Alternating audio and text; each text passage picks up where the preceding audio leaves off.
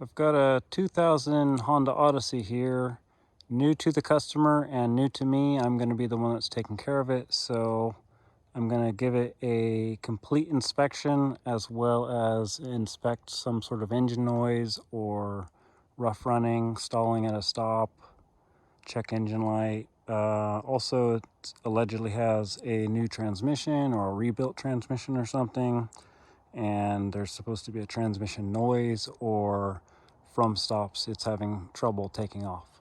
So I'll show you what I will check out on a used high mileage vehicle, and also I'll do a little bit of diagnosis.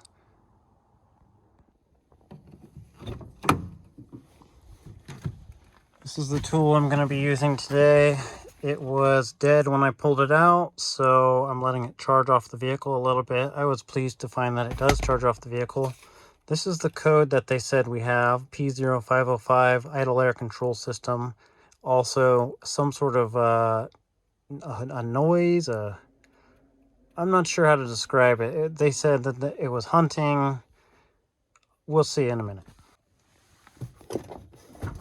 Always start under the hood.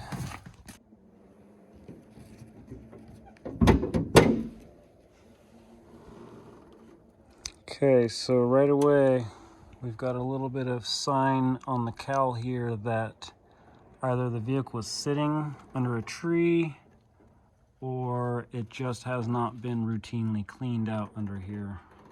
Give me a minute to put the prop rod up.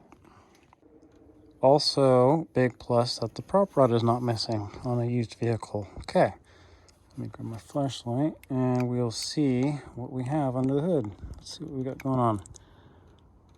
Anything that sticks out. So far the battery does not look too old. That's a plus. Radiator hoses kind of look original, so we may need to replace those based on age. Typical, looks typical over here. Okay, I see a little problem that these belts appear to be OEM original. Let me zoom in there.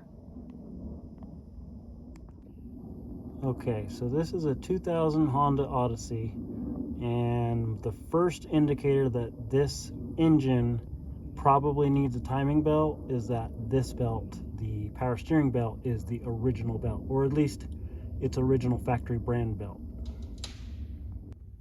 Also, based on experience, the serpentine belt out here, just look at the texture of it, it does look like an OEM belt, and I'm sure I could probably find the OEM marking on it. Next, what I would check for is any signs that the timing cover had ever been off. Any shining bolts? No, it doesn't look like the timing cover's ever been done, so most likely we're going to have to recommend a timing belt be done immediately. And we're overdue by mileage. I see a little oil leak there. See an oil leak there. Commonly, there's an O-ring that leaks there. Plus, this hose is old. I wouldn't be surprised if you get a leak there. Okay, so already found some maintenance needs. Let's take a look down here. Zoom in. Okay, so we've got some evidence here. It looks like the bolt for that ignition coil has been removed at some point, as well as that one and that one. So this means that most likely we've had some sort of tune-up at some point. These also look like aftermarket coils, possibly. And just like they stated, they said the transmission had been replaced. It is nice, fresh gray paint. It smells like fresh paint. I don't know about you, but that smells good to me. But it's just more evidence of the life that this car's had. Okay, on the back of the engine here, some sort of oil leak, seepage, possibly even a coolant leak. What is that? Crust. See that crusty stuff? That kind of looks like coolant. And it's been a while since I worked on one of these, but I believe there is a coolant. Yeah, that thing right there, there's a coolant crossover that we may have to look at. That hose looks like it's seeping. What is that? We got some sort of coolant seepage evidence back here. Engine oil leak. Okay, so also what I notice here is rodent droppings. That's further evidence that the vehicle may have been sitting. I would definitely remove this cover and check for a nest, something that could catch fire. You know, there's all sort of rodent debris that they'll bring underneath here because it's nice and warm. You could have a fire from the heat. You could also have awful smell, of course, and they'll chew the wires. They'll chew through the wires. They'll chew through these hoses, stuff like that. Of course, before we get going on any sort of road test or diagnostic, I like to check engine oil. Looks like it's a little low, but it does not look terribly dirty, so that's a pretty good sign. We know we have oil leaks, so it's not terribly surprising that it's low.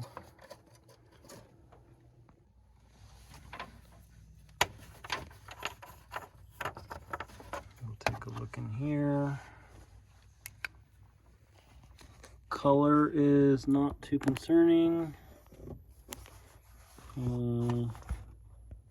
That's actually a good sign. It's a high mileage engine and it looks fairly clean inside. So most likely it's been maintained oil change wise, but it looks like we do need to take care of the timing belt. Okay, so we'll move on. The engine's hot because they just drove it here, so I'm gonna be a little more careful on checking the coolant. Not a good sign that the expansion tank is empty. And we already know that we have some suspected coolant leaks. So let me try and get that radiator open. Moving on, something a little questionable here. I don't think that belongs there. I'll have to look into that. Doesn't hurt to give these a quick twist. Yeah, just like I thought, completely loose. Always check something like that. Okay, at least that one's tight. Brake fluid. Definitely could use a service. And this transmission actually does have a dipstick. So we can check the fluid condition. And this is supposed to be a new transmission. The fluid is a little bit brown. That's concerning. And it has a smell. Yeah, definitely smells a little burnt. That's not a good sign.